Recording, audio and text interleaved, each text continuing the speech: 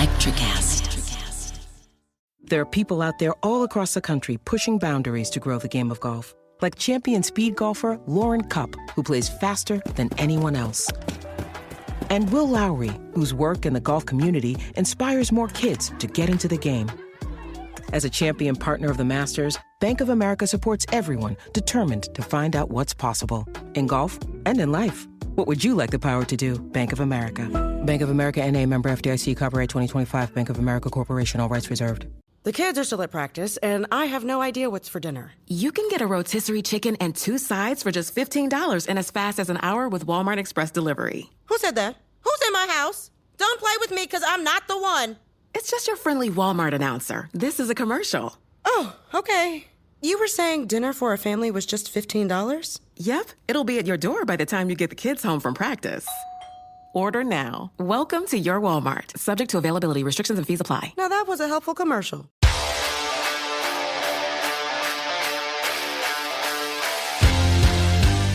Welcome into Missing the Point, and we're going to the shit. Oh my we're God. Shit. We're going to the shit. We're going to the shit. Welcome into Missing the Point. This is DK Sizzle. I'm here with Real BK. Bob Kelly and the Celtics have just defeated the Miami Heat to progress to the NBA Finals. Can I get a what? Bobby, how you feeling, buddy? Bro, I'm feeling so good. As stressful as that last 2.5 minutes was, which, by the way, I could literally... I already told you I could feel the pulse in my brain, and that's not even like an understatement of how I was feeling. Like I had to like hold my baby for a minute because I was like, I need to calm the fuck down of what's happening right now. I'm with you, man. I mean, this is gonna take a second because there's so many different narratives to break down in that game. That game was like a toxic relationship. I'm in a toxic relationship with the Boston Celtics. I 100% agree with you. It was an absolute fucking nail biter. I was just trying, as I actively participated on the internet, I was just trying to be the one in the foxhole that wasn't losing their fucking shit. Because the entirety of Celtics Twitter, can't blame them, but was losing their shit. I was trying to keep it together, but I tell you, I was like a duck. I was calm on the surface, and underneath, just those legs kicking away, big fella, just kicking away. That didn't feel good. That did not feel good. What do you think happened? There's two narratives that you can spin here. Either the Celtics almost melted down, but that means they almost melted down like 6 times and didn't, just for the record. Or the Heat are a good team. They're a good basketball team. There was a reason they were in a Game 7 of the Eastern Conference Finals, and they were at home, and they have a very talented player in Jimmy Butler, and they fucking tried their asses off. Mate, which one is true? Can you tell by how I asked the question which one I think is true?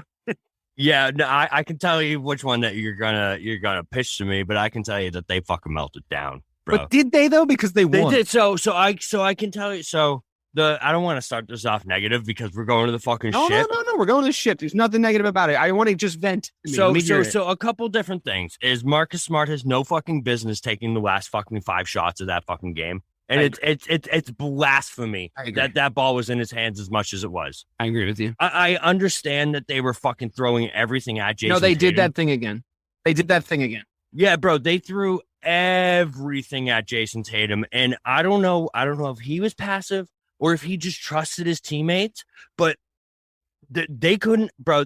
I feel like the Heat knew that everyone else was starstruck and like just had never seen a moment like they were in right there. Like Grant Williams, bro, I don't know what the fuck he was doing that last 2.5 minutes of that game, but that man did not look good in the last 2.5 minutes of that game. But at the same time, I know the Heat are amazing, and I know they have the heart of a champion. I just think if you do something like that against the Warriors, we're in a lot of trouble. But again, I'm the Celtics positive guy, so I'm just telling you that there's no reason for me to almost be having a fucking heart attack at the end of that game.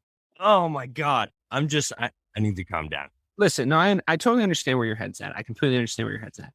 And this is the kind of show where the game ended approximately 17 minutes ago. And we're doing a podcast, and we're very much very emotional, almost come back. And it didn't feel good. It was a pit in my stomach too. I would just like to point out though, that throughout all the chaos, I think if you try to go back and watch this game tomorrow or the next day, I think throughout all that chaos, when the Heat decided to start to double Jayson Tatum and make someone else on the Celtics beat us, and Tatum immediately recognized it, accepted it, waited for the double team, and then passed out early as the double team started to happen. I would say about 7 times that resulted in like very good play extensions or outright buckets in that game. And I think, I think we should move on to Jayson Tatum almost immediately, from this overall point, because I think he's actually a very important factor in this game, more so than the internet would have you believe, because he wasn't just rising up and like smashing in bucket after bucket after bucket. He was getting pressed. He was getting double teamed. He was getting clipped around screens. They were absolutely all over him. And he made plays. He made plays. What showed up for him was his versatility. He relied on his ability to do everything on the basketball court, not just shoot. And I think that there's been past iterations of him that take a lot more sidestep, pull-up jump shots instead of trusting his teammates. Like you said that already. Yeah. Trusting his teammates. I think that was a very mature performance from Jayson Tatum. I think that was a very difficult game for him. And I think that he fought his way through it. I would just like to add, if I had one note for him, I know, God rest his soul, and no disrespect to his memory, but please don't wear purple and gold in a Celtics uniform. That's absolutely unacceptable. I really appreciated his game. I know that he looks up to Kobe, and that's awesome. I'm a big Jayson Tatum supporter. As you know, I've been on the internet for the past 2 weeks fighting with people about how he's better than Paul Pierce. Don't wear purple and gold in a Celtics uniform, please. That's disrespectful. Don't do that. But he had a great game. Moving throwing that in real quick. Yeah. No, listen, the thing with Tatum, I don't think it's on Tatum for people saying, I said he was he might have been passive. I thought he was very aggressive. I thought he was very aggressive. So I don't know what it is, but I think Ime is not running enough plays and not running the offense through Tatum enough. And I think that showed up a little bit in that fourth quarter, where like when they did run it through Tatum, it was an easy bucket or an assist to someone else. When they run it through Marcus or Jaylen, it felt like the offense got stagnant, and all of a sudden they were like all over the fucking place. And you're like, bro, I'd like to see him touch it earlier in the clock. Every possession, he needs to have it in his hands. Yeah, you know what I mean? Yeah. But again, listen, we're going to the fucking ship. So like all this stresses and like all this shit back here, right? So like we have the Warriors ahead of us and all this bullshit that we just went through back here. Yeah. But the only punctuation point that matters is the fact that we're going to the fucking finals, bro. We're going to the NBA finals. So yeah, absolutely. On the back of, if you take it as an entire picture, on the back of great my brain is still performances- processing. I know. I don't know if you hear this live. We're doing it in real time. We're processing it in real time. We're going to the NBA finals on the back of great performances, not just from the top 3 guys across the entirety of the playoffs. So I'd like to do a little honorable mentions section here. We started with Tatum. I think there's a lot to process with Tatum's game. I think there's a lot of nuance in what happened with Jayson Tatum tonight. I think that there's notes you can have about certain things that he did. I think that's true of a lot of guys on the court tonight. But we started at the top. Now let's start at the bottom. We'll do a little sandwich, moving through to the middle. Honorable mention, I think, to Derek White. I think I'd like to shout out his intentional calmness every time he touched the ball. I think he's a player that sort of lives in between the margins. He isn't an intangibles guy in the way that Marcus Smart is an intangibles guy, but he's definitely like a read the game, keep calm guy. And I really appreciated that he pumped. So every time he touched the ball, I think he got rattled out when the elbow came down on him. We didn't really see much of him again for the rest of the game. I don't know if it was a concussion, whatever, but that was big for them because they took out a guy that I think that every time he touched the ball and every time he looked up, he had avenues because he was moving a little bit at a slower pace than the rest of the Celtics. I think we were just moving one gear a little too quickly. And a lot of those, Marcus will come on to talk to him. He has that floater that Ray's talked about. I think he was braver in his jump shots tonight when he was outside the 3-point line. Talk to me about Derek White in the scope of the whole playoffs, because you've come full circle on him. Yeah. And I think that's fair enough because I think he's changed his game. Well, not changed his game to the wrong term. He's improved on what his game is during these playoffs. So I think it's fair that you were mad at him in the first place. Talk to me about Derek White. Yeah, no, I think his role in this series was a lot more of what Derek White is. You know what I mean? Like he had a lot more. He had a lot more room to run to drive to the basket. He like Ray said, man. He called out that floater, and that was an absolute real thing in this series. And we saw that come up multiple times. So I give all the credit to Ray on that one because listen, I'm telling you, every time that thing comes up, I'm like, all right, Ray, let's go, Ray. Like he's shooting the fucking floater. Yeah. That's like the signature Rayshawn shot. He was calling out that he had that floater before he started doing it. It was like he put it into the universe. It was amazing. It was awesome. Yeah, it was great. But I agree.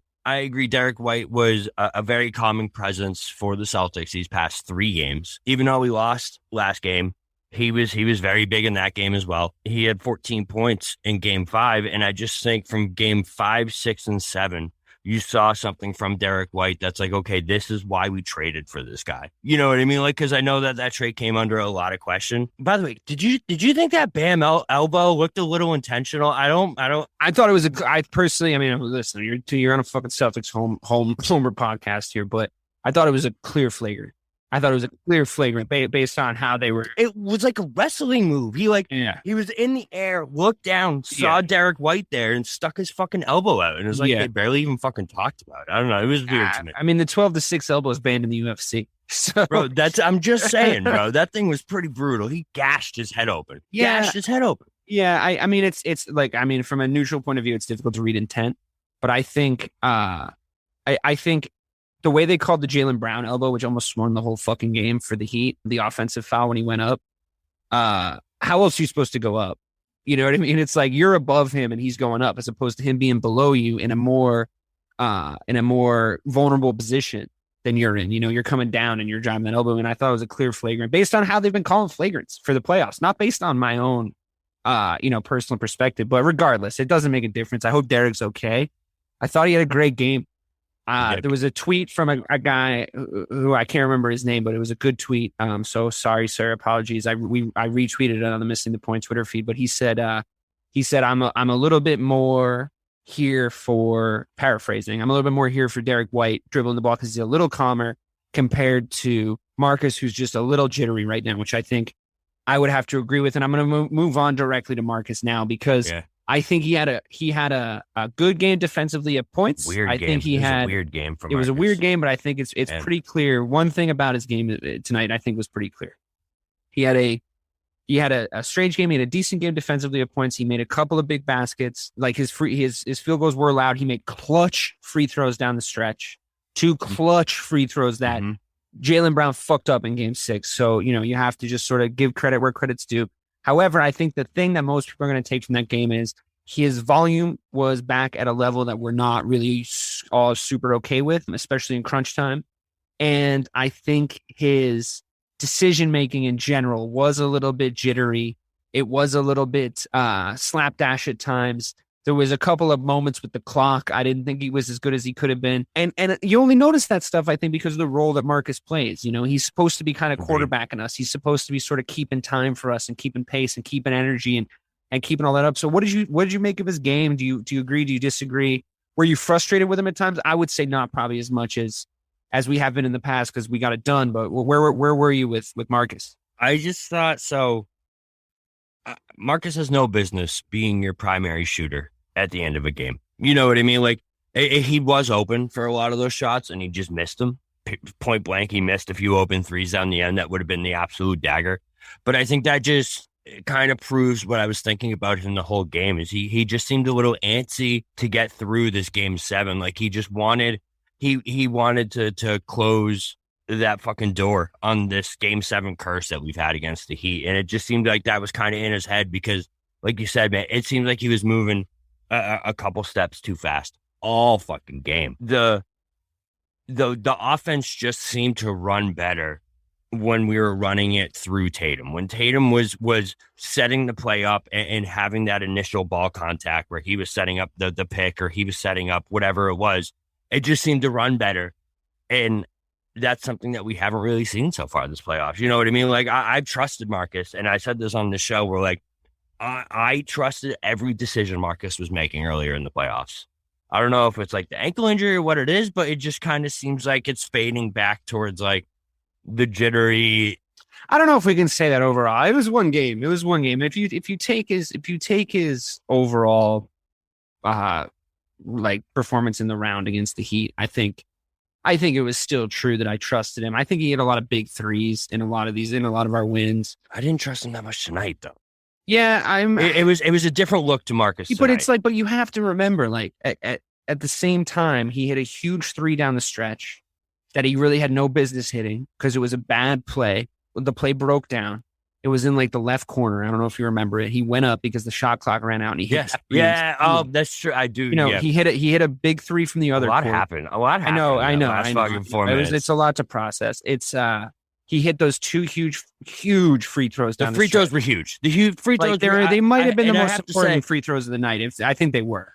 I was 10 times more confident with Marcus at the line than I was with Jaylen. So you know what I mean? Even before before he missed those free throws, I was uncomfortable with Jaylen at the line. Yes. With Marcus at the line, I was like, okay, he should nail both of these. Should. He had missed one going into those two. I agree with you. But so you do trust him. You've just been through a lot. You've just been through a lot now. It was a rough game. it's me sitting over here like reprocessing it. Like it's all right. There's a moment where you were that's talking, why we're doing this. And my brain went through it all again, man. It's just no, I know. I was upset too. You know, at times. It was a stressful 4 minutes of basketball. Man. What I will say though, if you want to take the game sort of as a whole painting, one big landscape. We got in the lead and we didn't give up the lead for the entire game. It's true. So, as like home court Boston homers that are very stressed out, and the whole game is stressful as we go. If you take it in a very black and white terms, they went up and they didn't give up a lead. So it's like melting down, blowing leads, blah, blah, blah, blah, blah. It's like they did come close, but the Celtics did what they needed to do for the entirety of the run, which is a mature thing that, if you're hitting them with the mallet, of you guys do this, you guys lose these games, you blow these leads, you have to equally give them the credit and the satisfaction when they don't do it. Just because they look like doing it doesn't mean they did do it. They won the fucking game. I agree. They're going to the fucking championship. They scored more points than the other team. I'm the one that's usually sitting here fighting this battle. Like, you know what I mean? Mike's still presently mad at me because of how much shit I gave him 2 nights ago. All right, you know what? I think that's actually, before we move on to the rest of the sort of the player ratings. I know we still have Al Horford to do. We should talk a little bit about Grant Williams' non-existent game. We should definitely talk about Jaylen Brown. Before we do that, let's just talk. Let's just pull the curtain back here a little bit to see a little behind the scenes of missing the point. And I'd like to give it sort of in theme with what I've sort of been talking about Celtics Twitter and the kind of attitudes that everyone has. Now that we're going to the championship, or ship for short, if you know it as well as we do. Going to this. Me and Bobby, me being we and Bobby, not the royal we being me, the only two people in the room, are enjoying it more objectively because we have the satisfaction of being on the hill of the people that believed in the team. Right. Always. Yeah. So it's a win-win, really, when you ride with them. And there's been some internal, any names, but there's been some internal strife in missing the point because, and there's some people that are very emotional, and I understand they get very upset when the Celtics aren't doing good and they quit on them in the third. But I get it a little bit because it's like, I'm upset. I get it. Right. You're not giving them shit. It's an emotional statement. It's like me with the Cowboys. I get it. You know what I mean? I totally get it. Nobody can be really held responsible for where they're at. But there was a bit of a row. There was a bit of a yelling match because we were all upset about and I will reiterate, we were all upset after Game 6. We were all upset after Game 6. Not just me. It clearly showed. I think it clearly showed. Not just me and you. You and I don't have a monopoly on being upset about the Celtics. We were all upset. Nobody was at their best. But what I will say is, some motherfuckers came in being like, "Well, I was right. We weren't going to win Game 6," and it was like, dude, read the room.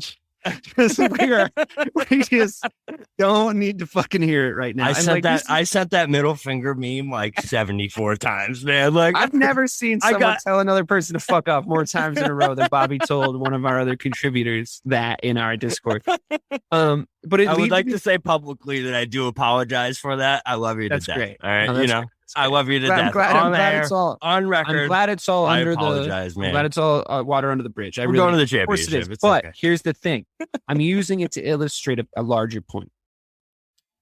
When you are with them through the ups and the downs, you do get what I'm sure is coming through as a very smug sense of self-satisfaction. Oh, dude, I feel that great. you were correct. I feel and great. the team is doing well, right? I feel great. Because I would rather be right and have the Celtics be awesome than be right and have the Celtics be trash. In fact, I'd rather be right or I'd rather be wrong and have the Celtics be trash.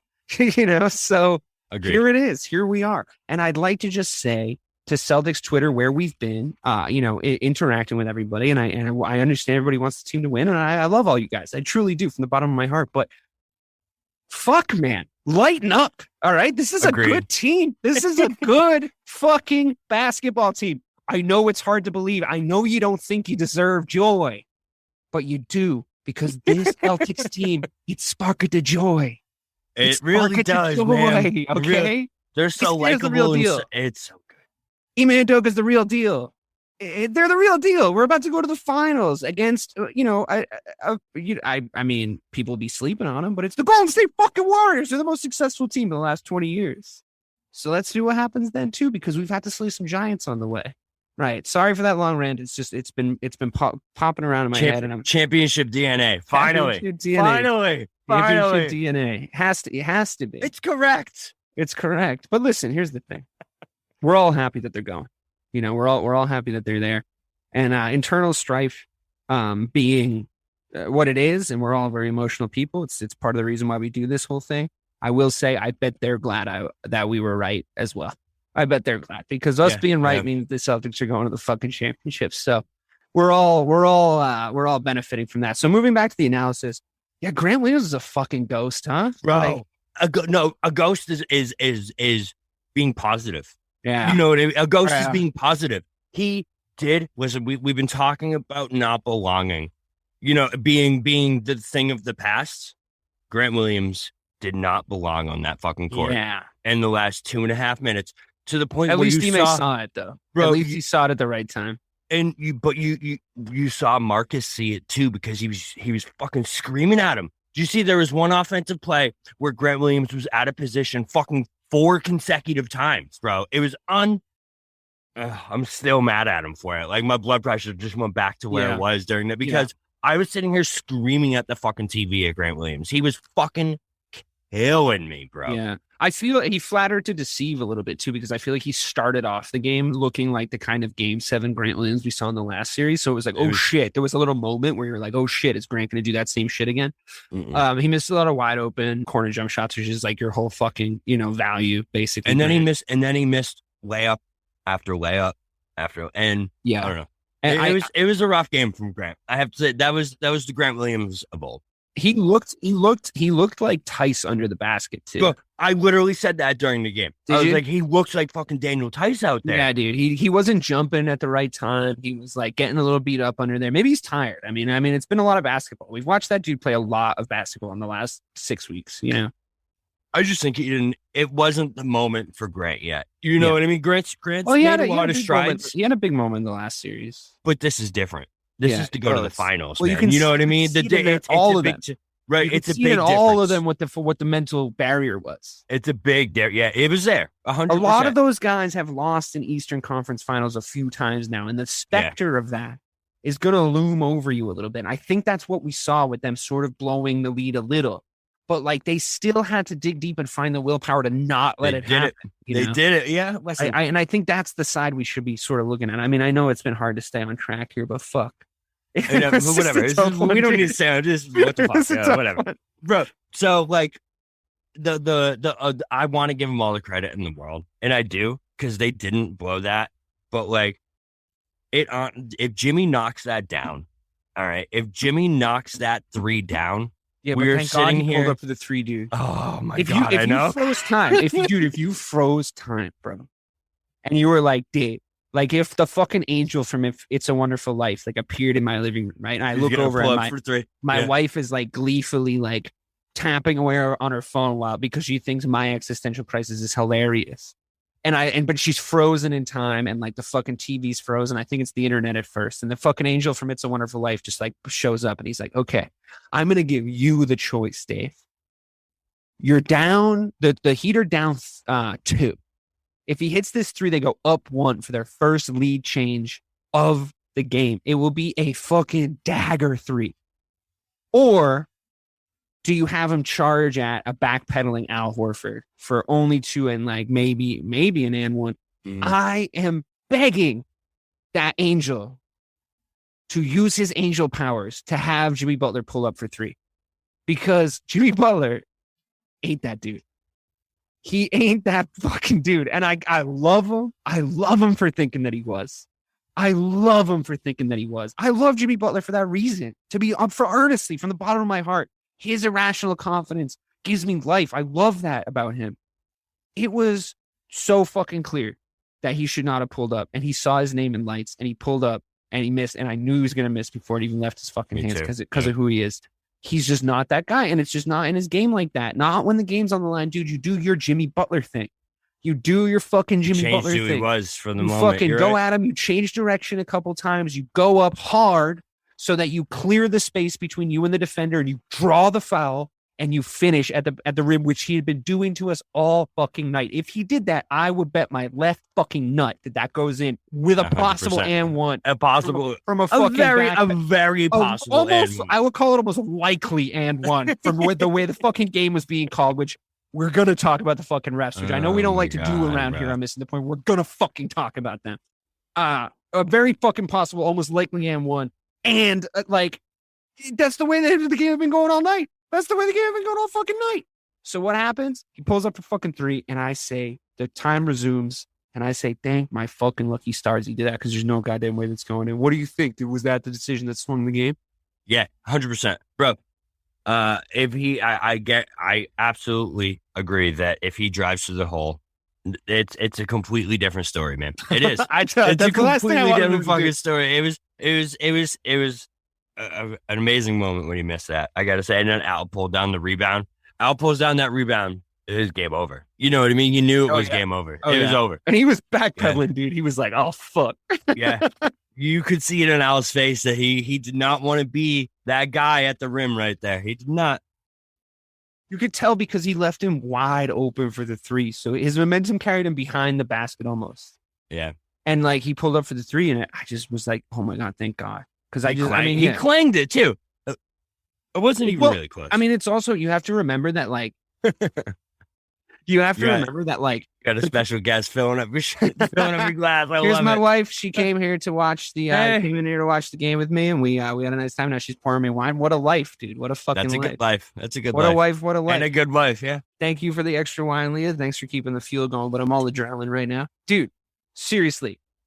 He fucking pulls up for that 3. I'm like, thank God. Because you know what he did? He played to the context of the game. He was like, a 3 right now would be great. Instead of it would have been the dagger, right? Listen, it would have been a dagger. No, it would have been tough to come back from that. If that goes in, I don't think we win. Yeah, agreed. I think that's straight up true. But you ain't Ray Allen, bro. I love Jimmy Butler, but fuck you for pulling up like that, thinking you're that dude, man. So I know, like, we're completely off the rails here, but that's fine. So it doesn't matter. So I was watching it, like, before I came on. I was watching the post game, like, where Stephen A was having like an on-court interview with somebody, I don't know. And Cedric Maxwell just walked up behind him and goes, "How about them Celtics, baby? How about them Celtics?" In the middle of an interview, it was the coolest thing. I was sitting here by myself, just dying laughing. It was that's funny. All right, before we do the refs, because I want to do the fucking refs, I want to talk about how bad of a game they called. I think another couple honorable mentions on good and bad sides. We'll start with the bad. Rob Williams, trick or treat in this playoff series since he's come back from injury. Yeah, I think that we adjusted super well to his injury going into the first couple of rounds, and because we adjusted so well, if we're being honest, not as good a play as at the end of the regular season hasn't affected us as badly as it could have. I enjoy his presence in there, if that makes sense. Even if he's not exactly doing what I need him to do, I think people do still think twice about going up when he's standing there, which I've been begging the Celtics to get a guy like that for the past 5 years. So, Rob Williams, the ceiling, here we are. He was a little anonymous a few times, a little fucking sleepy a few times, and somebody needs to tell him that if he gets an offensive board, he needs to stop thinking about it and just go the fuck back up. Just Agreed. go the fuck back up, dude. Don't think about it. Don't look around. Don't even really make sure you have it in your hands. Just go right back up. Like, it's an offensive board. It's a free 2 points. Do it quickly. Do it quickly before they can do anything to you. What did you think of Rob's game? Was it vintage? Was it quintessential? Because I didn't love it. I think it's clear when his knee is bothering him. You know what I mean? When Rob is being Rob, we get the games from Bam that we saw in games 4 and 5, where Bam looks like a fucking puddle in the middle of the basketball court, and he doesn't want to. He wants nothing. Bam wanted nothing to do. We're going to talk Robert about Williams. that we're going to talk about that in the Al Horford conversation. Okay, all right, I think, because I think that's where the Bam Adebayo conversation belongs. But continue. No, but I just think I didn't think he wanted anything to do with Rob at the rim in those a couple games. Not right underneath the basket. Not right underneath the basket for sure. However, game 6 and 7, I think it was clear in game 7. That's why he wasn't out there for a lot of crunch time. His knee was bothering him tonight a lot. Game 6, I don't know what was up with him. I agree. He gets so sleepy at times. I think Bam started to get him though. I honestly think he did. Is that what it was? He started to just go at his weaknesses. I think he's still prone to going up when he shouldn't go up. He was a little bit better about that this game, actually, surprisingly. But I think Bam just started being like, I think I got this dude on footwork. He doesn't stand right. His fucking feet are too close together because he's always trying to go for hops. I think I can pull him a little bit out from the basket. And I think that played a little bit into our hands, though, because then it was like, fuck it, put Al on him. Al can pick him up earlier. He's not going to beat Al in the footwork battle. And like the 1 or 2 times that he beat him in the strength battle, he was huffing and puffing leaving that fucking exchange, and Al looked fine. Like, that thing? It's like, yeah, I can overpower you, but it's because I'm putting like 100% of my effort in. So the 1 or 2 times he beat him, he didn't really come back for more in this game. And I think that worked for us. But don't you think that like on footwork, like Rob could just work a little bit harder? You know what I mean? Like, I just feel like he's just static in these situations. He relies on his athleticism a lot. All the time, because he knows he can hop right back up. Right. He can just pop, like he can land and then he can boom, pop right back up, which is great. But still play, does he sacrifice that if he just gets a little lower, just bends his knees a little bit, boxes out a little bit better, boxes out a little bit more proactively? Because he's just like not there a lot of the times in those situations. Very frustrating. Yeah, he misses his box out a lot. He does. Sure. He ball watches so much too. He's not low enough, But I'm gonna stick up for Rob though, because we don't win game 5 without him. No, for sure. Those blocks and there's the 2 corner threes that he'd had to get back in the game that Rob just came out of fucking nowhere and slaughtered him into fucking. You're probably the best block of the series. That jump shot where he like came from like almost. He came so far away, bro. It was unbelievable. But he just got such an arc on it. Was that game? I want to say it was game 5. It was 5. Yeah, against Tucker in the corner. Yeah. And he just like. He didn't even really just get his fingertips to it. He like smacked it out of the air pretty much. It was awesome. Bro, yeah. So, agreed. So it is. It's a lot. It's kind of like the Celtics this series. There's a lot of highs and lows with Rob in this series. I just would have loved to see him. I don't know if it was the knee, but man, having Rob out there being Rob, I don't think that comeback happens, man, because if you replace Rob Williams out there with what fucking Grant Williams was doing in the last 2.5 minutes, it's a completely different ball game. True. So like he's got to get healthy over this next 4 or 5 days. This is going to be a great transition into talking about the longest fucking break that this Celtics team have had since the 4-game sweep of the Brooklyn Nets. I feel like we've been playing a game every 2 days for 4 weeks. I feel the fatigue. We have. It's because we have. And I think that they deserve the fucking rest. They 100% deserve the rest. They don't have that. They have 1 extra game than the Warriors, or 2 extra games than the Warriors. But because of the schedule, they only have a couple of days lead on us for the rest, right? So it could be worse as far as going to a game 7 as kind of beat up and fatigued as we've been. It could be worse as far as actual injuries. I feel like Smart and Williams got healthier as this series went on, which is obviously a huge positive. On that note, I want to talk about Jaylen Brown first, and then we're going to move on to just kind of dissecting the series as a whole. We'll do a little preview of the Warriors finals. But before I do any of we'll that, have an extensive preview. preview Before it happens. Yeah. Before it happens. But we'll do a little mini kind of look down the pipe right now. For sure. We'll have a preview show for sure next week, a full breakdown. So tune in for that for sure. But I want to talk before we go. I just got to get this in before we move on to Brown and then the series as a whole. Those fucking referees tonight. I mean, I know the extender, blah, blah, fucking blah. They're just bad. I think that people can see a narrative and an agenda in there where it's like, oh, they want the Heat to win. Oh, da da da. And I get it. I get why people are saying that. And I was feeling that too. I just think they suck at their fucking jobs, dude. Yeah, to be it honest wasn't with good. you. It wasn't good either way. If you really look at it, it wasn't good either way. I mean, honestly, if you think that Kyle Lowry was getting fouled the way that he was getting fouled, the way that you were calling it, you believe that the dudes in pornos that are plumbers in real life, because those performances aren't even fucking good. You know, Kyle Lowry, fucking big dick plumber showing up, same difference, right? So just stop biting on all the fucking sales, you know, like he's clearly fucking flopping. People give Marcus Smart shit for that. Stop refereeing in context. Oh, he's so stop refereeing Lowry. can you literally feel them go like, I know, but they're down 15. So like, I feel like they make those calls, you know, and it's like, don't do that. Referee the game. Don't referee the context. And honestly, Jayson Tatum needs to start getting the calls that a player of his caliber, his athleticism, his speed, the fact that he's beaten most guys if he's going up to the basket 99 times out of 100. You need to just assume that if you didn't see what happened because it was too fast for you. You need to assume that he got there first because he probably fucking did, because he's a top 5 player in the NBA. And he's not getting those calls. And it's very fucking frustrating that we had to play the rest of the last 2 games. Talk to me about that. Yeah, bro. The call in Game 6 against Tatum, absolute tragic. Was the worst. One of the worst basketball calls I've ever seen in my entire life. Oh. It was such a good take and such a good move by Tatum, and for him to get called for an offensive foul for literally going up with his ball hand. It wasn't even his offhand. Yeah, with the ball hand and going up. Yeah. It was. And it turned the game, and I don't think that the refs should be having that kind of fucking impact on a basketball game, especially at this stage in the playoffs. You know what I mean?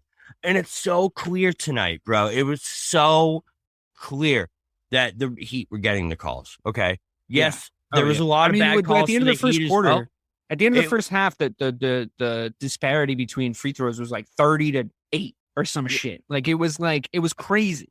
Yeah, and I was just I know people were gonna say that, like, oh, but the Celtics have more free throw. I don't give a shit. The free throw marks don't represent the tonight. Momentum. Tonight the Heat had way more by the end of the first half. They started doing makeup calls. Yeah, they did. Absolutely, they did. 100%. And that's another thing that pisses me off is it's so fucking clear when a makeup call is being made. Oh, there was a couple real bad ones. Bro, tonight was the most obscene thing I've ever seen in my life. I know which one you're talking about, but it even went our way, and it was fucking obscene. But I was just like, oh, so that was just a clear makeup call. 100%. Like it was I think I don't know if it was the Bam elbow. It was some sort of off. Like we should have gone. I forget exactly what happened. I'm processing a lot of data right now, but we had some sort of offensive move that was clearly a foul that they didn't call. And then they call an offensive foul and then on the other end, he gives the ball back. And I just think it's fucking bananas because, like, it's unbelievable. It's so inconsistent. Like, Marcus Smart slides to take a charge almost identically to Kyle Lowry, and they call it differently. Like, Kyle Lowry's feet are both moving at the same time, and they call they were in the air. They were in the fucking air. Yeah, I know exactly and they call a fucking about. charge. They were in the air. It's insane. And the craziest thing is, right? Here's the crazy thing. These challenges, right? Like this sort of, I would call it relatively new, right? Still, like in the NBA, this sort of system of like challenging the calls.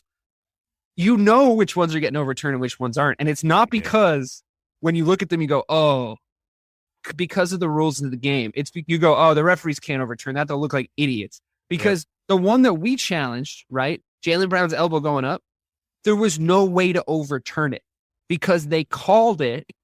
Right? Like they blew up for it. If they had to overturn it, they would have had to call it a blocking foul, but it was kind of neither, right? Like it should have been a no call. So they can't be like, oh, it's a no call because then it's like, well, who would have gotten the rebound? But like it was Jaylen Brown's 5th foul. So like, that's why we challenged it. Right. And the commentators, by the way, were also fucking atrocious tonight. Jackson and fucking Van Gundy. I mean, what else is new? Yeah. But they can't wrap their head around that. Every single time they go, why do you challenge that? There's fucking 7 minutes left of the... Because it's his 5th foul and he's the second best player on the team, dude. That's why. You fucking idiot. They cannot fucking wrap their heads around that. There's a reason they're not coaches. Yeah. Yeah. I wouldn't let those guys manage my fucking I wouldn't let Mark finance or Jackson my anywhere near my fucking team. basketball team, man. Unbelievable. Just goes to show where my priorities are. So, point being, yeah, dude. I mean, they couldn't overturn it. You know, you might as well, because it's his 5th foul. You might as well put the challenge out with the context of how much was left. But I don't even know about these challenges, dude. Like, forget it. Like, just let him fucking call the game, because it's like you get one challenge and it's like it's fucking wasted then. And oh my God, can we actually talk about fucking Kyle Lowry calling a timeout and bringing them down to 1? That was such a big moment. What a fucking idiot, dude. What a fucking idiot. Like, he's like, this is the Kyle Lowry game. Is that what he was thinking? You can call one of our last 2 timeouts with like 8 minutes left, dude. What are you thinking? Get up. Or like get to a jump ball or something. Like, what are you doing? Yeah, no, Kyle Lowry was so weird tonight, and he's such a bit. Listen, my girlfriend doesn't know anything about basketball. You know what I mean? Like, she doesn't watch basketball. So all she night. watches it and she's like, all that night guy's long. ass is unbelievable. Right, bro, all night long, she's like, Kyle, who is that guy? He's such a little bitch. She said that like 15 times tonight. Does he do anything except complain? I'm like, bro, no, he doesn't. Yeah. Kyle Lowry is, I don't know if it's his old age at this point and he can't do anything else except for try and get flops and complain about calls. But I've never hated a player more than I hated Kyle Lowry tonight. I've hated a lot of fucking basketball players in a lot of series. But my hate for Kyle Lowry tonight That can't was possibly be so true. real, bro. I hated be it. true. Well, actually, LeBron's top. Yeah, but I watched like Kobe Bryant. LeBron, I took shots from behind the fucking backboard and kill us in this game 7 in the finals. You got to think about those. the series LeBron absolutely destroyed us. I hated him a lot, but I hated him a lot tonight. I feel like I've hated our own players more than I hated Kyle Lowry in the past, but he does flop. The tweet of the night I saw tonight was Kyle Lowry flops like everyone thinks Marcus Smart flops. It was like, yeah, true. Pretty true. Like, pretty on point. Anyway, yeah, the rest are fucking trash. I think, we still have to watch out for them in the next series. Hopefully we get enough games for Boston to win, but I'm hoping that they don't extend the series, because this is when it really comes out, when it's, again, an extra finals game. I bet an extra finals game is worth twice as much as an extra Eastern Conference finals game. I think the agenda is clear, and I just think we've learned a lot. And I think before we go to a preview of the finals to close this out, I'd just like to say, like, regardless now from this point, I've been saying this for a while, I'm super fucking proud of this team. They vanquished Kevin Durant and the Brooklyn Nets in 4. They vanquished Giannis Antetokounmpo, the defending NBA champion Milwaukee Bucks, in 7, granted at home. Then they went up against what some of the commentators, who, by the way, were commentating on this game and analyzing this game like the Heat had already won, and they were the best Cinderella story that they had ever seen. The most resilient team in basketball, I heard them called. Jimmy Butler talking to Dwayne Wade on the phone. Today they vanquished the Heat in 7, but they also vanquished an agenda by the refs, and they also vanquished a national news media that was not on their side. They vanquished the ghosts of Eastern Conference Finals past. They vanquished a fan base that was split right down the middle on if they believed in them or not, or if they thought that they were anything. They vanquished the demons of their past. They rode with a brand new coach who experienced his first Game 7 this year. And now it was his first Game 7 in an Eastern Conference Finals. And he had to say to everyone, it's different now. It's different with me here because we don't do that shit anymore. So the hill that they climbed, regardless, I think is a huge hill. And we're looking down the pipe at a Celtics franchise over the next few years that are always there and thereabouts. So fucking get on board. If you haven't been on board up until this point, this is the cutoff. It's time. Okay. This is the cutoff. All right. It's done. It's fucking done. We're in the finals. Now I was proud of them no matter what. Now it's that. Okay. Because we're in the fucking finals against a team that has, let's fucking face it, championship fucking pedigree. Okay. So whatever happens from this point out, die on the fucking shield for the love of God. All right. Moving on to a preview. Wait. I got to follow up on that a little bit. So yes, completely agree. This team has made it. They are now what we like to call Eastern Conference champions, I believe. Who got the Larry Bird Award? I didn't even look. Tatum. Was it Tatum? Tatum? Got It had to be, right? Yeah, Okay, he cool. had to get it. That's awesome. First ever Larry Bird Award goes to a Celtic. Yes. Fuck yes. It's amazing. It's amazing. It's unbelievable. It's just crazy how much people, I don't know why the NBA feels like they're against the Celtics. Everything seemed like they were against this team, and time again, they proved that they belong here. Listen, this team dominated on the road this postseason. They won their 2 biggest games that they've ever played on the fucking road, man. That game 6 in Milwaukee down 3-2 great on the road is just such big balls. And then you go up in game 7 against a team that you just blew game 6, a chance to go to the finals, everything on your fucking back. The narrative, everything. And they fucking delivered, bro. And it's just, this team has so many different narratives going where it's like they don't lose 2 games in a row. They don't do this. They don't do this. And they just keep fucking proving it, man. And if they just keep up exactly what they're doing, I honestly feel like we have a very, very good shot to win the fucking NBA finals. Because like I said, this team does not lose 2 games in a row. And I will keep fucking saying that like, if they lose a game, I can almost guarantee that they are coming out the next game and winning that fucking game, because they just don't do it. They do not lose 2 games in a row. And I think that is such an underplayed storyline of this entire team, that like they do not come out and make that same mistake twice. You know what I mean? Like they will come out slow in one game, but the next game they're going to come out and fucking get out to a 21-2 lead. It's just, it's unbelievable how many times people have doubted this team and they just come out and they're just like, yeah, well, fuck you. Not fucking happening today. It's just, yeah, it's crazy, I really do believe that. I watched the entire buildup and the entire narrative be anti-Celtics. I think it was, and I get why they do it. You know, they're trying to sell a fucking story here. You know, they're trying to sell a narrative. That's how you sell a sports league to people. I mean, the NFL have been doing it better than anyone for a long time. They've been crushing narratives that are actually true and making up ones that aren't for the past 20 years of our life more effectively than any other sport in the world. But I get, you're selling a narrative. The Heat shouldn't have been in position to win that series. We're that much better than them. And credit to the Heat. You know, credit to the Heat for fighting. Credit to Jimmy Butler for looking like fucking LeBron James a couple of times out there. But at the end of the day, like I just am so fucking proud of the fellas in green tonight, because I just think that they really dug deep, and I think that a lot of things were going against them tonight. I think the momentum was going against them. I think they were away from home. I think as much as the Miami crowd bails on their team, I think they can get pretty loud, and I think they stayed pretty loud for the majority of that game. And I think it was a hard place to go play. I think Jimmy Butler's a dog. You know, I think he's a fucking good player. I tweeted tonight out of the missing point, the point account. I said, everyone out of here is acting like Jimmy Butler having a good game is like Luke Walton dropping 40 on you. It's not. It's Jimmy Butler. He's really good. Like, he's legit really good at basketball. Like, why? Like, give him a little bit more fucking credit, you know, because he did in this playoffs what KD couldn't do, right? Which was take the Celtics to 7 games. So give him a little fucking credit, because he's a damn good basketball player. And I personally been saying that for years. And also he fits really well in Miami. And I think that they did a really good job with the culture around him. And I think that Tyler Hero was fucking banged up for the entire series. And like, that might've made a difference. But look, end of the day, give the fucking Heat a little bit more credit, and then you'll be a little bit more proud of the Celtics for what they did. You know, I think swallowing this narrative that we should have steamrolled them is half your fucking problem. But anyway, we won, so it doesn't fucking matter. And we also, by the way, if you just remember, I know it seems like a fucking, just as a small aside, it seems like an eternity ago.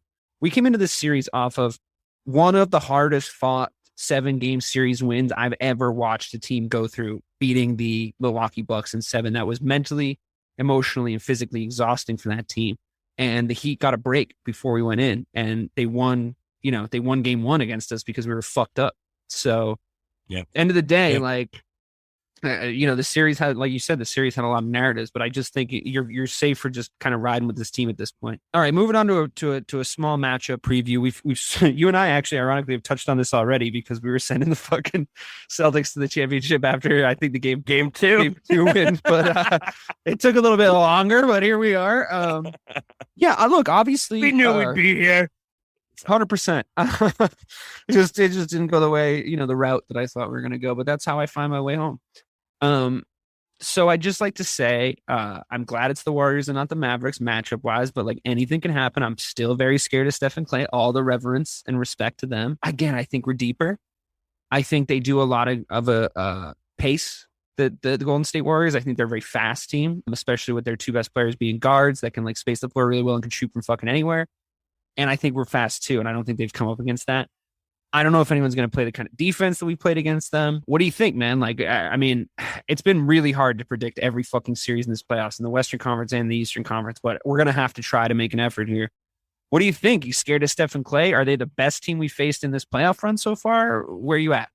They're definitely the most accomplished, right? I don't know if they're the best. I don't think they're the deepest. I think Milwaukee was deeper than them. I think Milwaukee was a tougher matchup for us. Milwaukee might have been a PJ Tucker away from beating us, to be honest. Yeah, 100%. Because, listen, Giannis was so dominant down low against us in that series. And I think against both the Heat and against the Warriors, almost our strength is down low in our size and our toughness, and which that's what we had to battle against Milwaukee series, right? Right. That's what I mean. It's crazy that was like our toughest thing was underneath that entire series, because it's going to be our strength going into Golden State. That's why I think Rob Williams is so important for this next series, man. He is so important to get healthy, because if you ask me, you know, he turned Bam Adebayo into a puddle for 2 games. We're talking about Kevon Looney. Listen, Looney's a great ball player, okay? He's not Bam Adebayo, and he's definitely not fucking Giannis. So, you know, that's where our strength is going to lie in this series. If you ask me right now, you know, who has the best 2 players in this series, or best player in this series, it's still us. I think Tatum right now is a more dominant basketball player than Stephen Curry. Listen, Stephen Curry's amazing. He's one of my favorite players to watch in the history of basketball. He's got more weapons. Right, and we got more around us, too. So it's just, I think top to bottom, we do match up really well with them. I don't want to call a game right now. I think we should save that for our next one.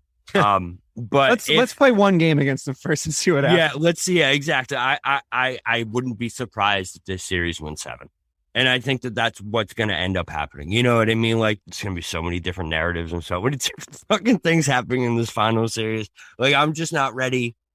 I'm not ready to even fucking start thinking about the stress I'm going to go through in this series. But speaking of the Warriors, you know, Draymond Green said he thought before Game 6, Draymond Green said, I think the Celtics are going to advance. I think everybody that was watching that's the Celtics Heat series through 5 games probably thought that the Celtics were going to advance, and nobody really thought that he were going to win Game 6 in Boston, but they did. Credit to him. Do you remember when John Wall jumped up on the scorer's desk in the Isaiah versus John Wall series, that playoffs? It was Game 6. Yeah. And it's like, winners don't celebrate Game 6. It made me feel kind of good that Udonis Haslem and like all those guys were getting in the camera and being like, thanks a lot, Draymond. Thanks for the inspiration. I'm like, hey, motherfuckers. It's still a Game 7 to play. Stop fucking celebrating like you did something, man. Because all you did is take it to 7, and they sort of patted themselves on the back for taking it to 7. And I think there was a little bit of a handshake tonight on that front. But Draymond Green's in there. I think he's an X factor. Is sort of the roundabout. I almost forget about Draymond. I still, you know, I don't think he's lost obviously some athleticism, but I think that his game wasn't necessarily based on that. I think he's got a lot of IQ. I think he's got a ton of he does. He's got a ton of respect on the team. I think that Stephen Clay used him to facilitate more than people realize. I think that he playmakes really well from the post. And I think that if I could pick any fucking player on any NBA roster to match up against him in a final series, I would pick out Horford, to be totally honest with you. Because I don't know if you've been watching, but Al's got some fucking twinkle toes. In this he does, man. He goes coast to coast so much, bro. He's a perimeter defender now, you know, and he went down really awkwardly at one point tonight. But I would just like to say, you know, I'll save that for the end, actually. I just as a logical preview. I think Draymond Green, I think we were able to suffocate him a little bit with Al, like you've been watching, and a little Rob Williams slides as well. I think that I need to tell the entirety of the Celtics fan base that when Steph Curry shoots, it goes in a lot. Okay. A lot of the time. Now, what you do to beat the Golden State Warriors, it hasn't been done often, but it's been done, is especially with a healthy Stephen Clay, what you do is you live with it. You live with it and you don't panic. Okay. And this is a Celtics team that I think is doing a really good job, apart from a little wobble tonight, of not panicking. And I just want the fan base to come with on that. Okay. Because there was a lot of us tonight saying, it's okay. We'll weather the storm. Don't worry. We've beaten off a few runs now. We've weathered this. We've made sure this hasn't happened. It's going to be worse against the Warriors. Okay. It's going to be worse. So I just need everybody to hold their fucking nutsack and stop fucking freaking out in the foxhole, because the Germans are going to hear us. Okay. So stop fucking panicking. All right. It's going to be fine. It's going to be fine. We have, like Bobby said, more tools to them. And I'm confident in the Celtics. Anyway, full preview next week with probably a different cast of characters that definitely want their chance to get in here and celebrate a great Eastern Conference win, and they absolutely deserve it. We've been riding with them since. We'll still be here. No, I'll be here. Well, I mean, we'll see. I can't really get fucking Perry Chucklefuck's coming in here to be like. But I would just like to say in closing, and I'm gonna give a little speech here, and then I'm gonna throw it over to you to finish it out. I would love, if you have no, I guess, complaints about this, I would love to dedicate this show and dedicate this whole Eastern Conference Finals championship set to Al Horford. I think this is a guy that nobody counted in as far as being a factor again in the playoffs. I think that a lot of Celtics fans, when he left the Celtics, they were just happy that he didn't do great on the Sixers. And that was enough for us, and we were happy with him. He came back, and he's played such a huge part in this run. And I love the fact that Game 6 against the Heat, he set the record for most games played in the playoffs without going to a finals. And that is a badge that Al Horford does not deserve by any stretch of the imagination. He does not deserve to be painted with that brush.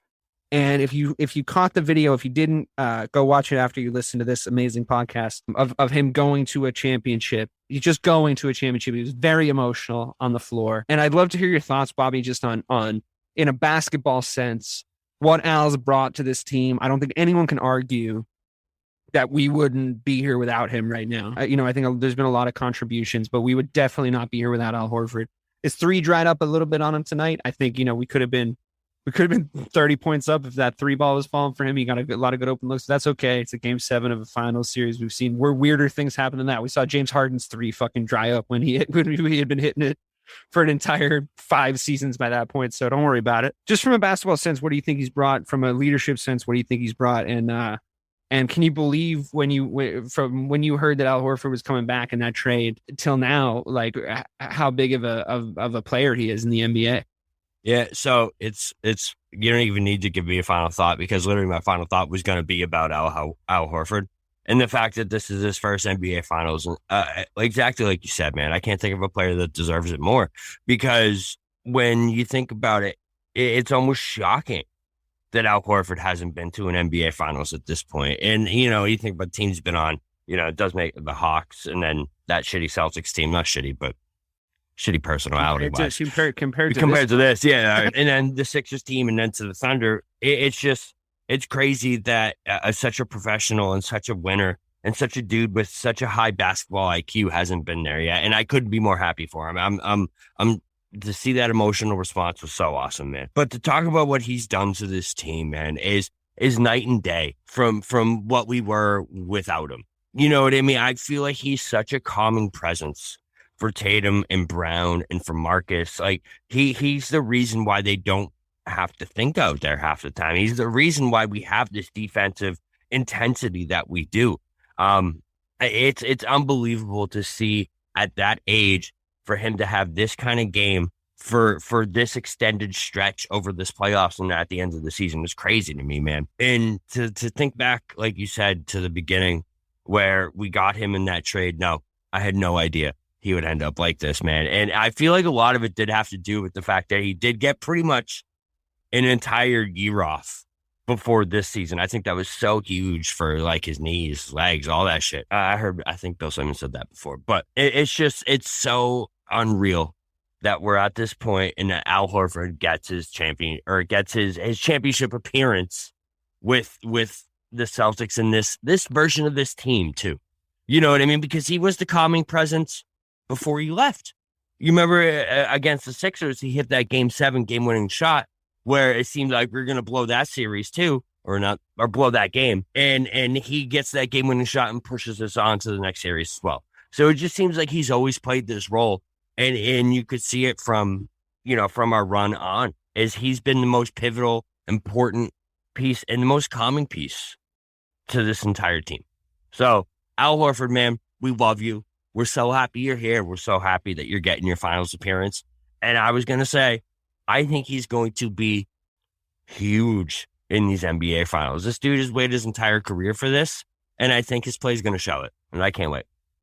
Yeah, I mean, I just think there's so many great emotional leaders on this team, and I think that Al is such a big part of it. I think a lot of people have been very vocal in that locker room about who he is and his veteran presence and what he does for the team on and off the court. And I think, yeah, he's going to be literally and figuratively huge. I agree with you. And I'm just honestly, from the bottom of my heart, so fucking glad he found his way home, because that man is a Celtic through and through. He is a Celtic. City fucking loves him too. Yeah. We love that dude. And he loves us back, and his family loves us back. And he's honestly right now, he's Mr. Celtic to me. Agreed. I think I think Jayson Tatum's our best player, but I think that whenever the Celtics is a franchise, whenever they have a special team, they always have a guy like this. And I think you can point to a lot of championship DNA in guys like this. And I honestly just want to say thanks to Al Horford and the whole Horford family for bringing me such joy this season with the Boston Celtics, because in November, nobody would have predicted this. So, yeah, thanks, guys. So to sign off on that note, we're going to the ship. We're the Eastern Conference champions. Jayson Tatum is, as Bobby tells me, the first ever recipient of the Larry Bird Eastern Conference Player of the Season award. Very fitting that it goes to a Celtic. And I'd just like to say thank you from the bottom of my heart to all the Celtics and their organization for all this joy. And I just want to say, I'm proud of you no matter what happens in the finals. I hope we can bring home banner 18, because I thought I might have had to get a little older before I saw that. But, thanks for getting us this close. And for the real BK Bob Kelly, I am DK Sizzle. Thank you guys so much for listening. And we will be back next week with a big finals preview. And we'll be here to hold your hand, whether it's on the Missing the Point feed or the 6177 feed, or on our Twitter at MTP Pod, or on our Instagram, or wherever you can find us. We'll be here riding this bandwagon that Bobby and I personally built with our own two hands. All right. Thank you guys so much. Tune in next week. Good night. Hi, I'm Sherilyn Fenn from Twin Peaks. What did you do on your last Saturday night? Did you hear something? Toilet paper. There's none. Nada. The reserves have gone dry. People are hoarding it. I should have done that. They're all out of hand sanitizer at my Target. Mark, when did you last watch the news?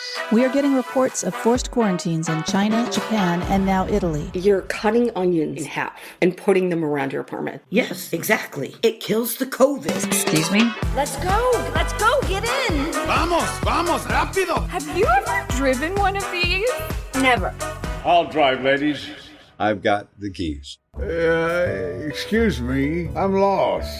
I'm looking for my wife. I got turned around. Join me, Eric Roberts, Jennifer Elise Cox, and Ed Asner for The Last Saturday Night, an Electricast podcast. You'll love it. Electricast. Electricast.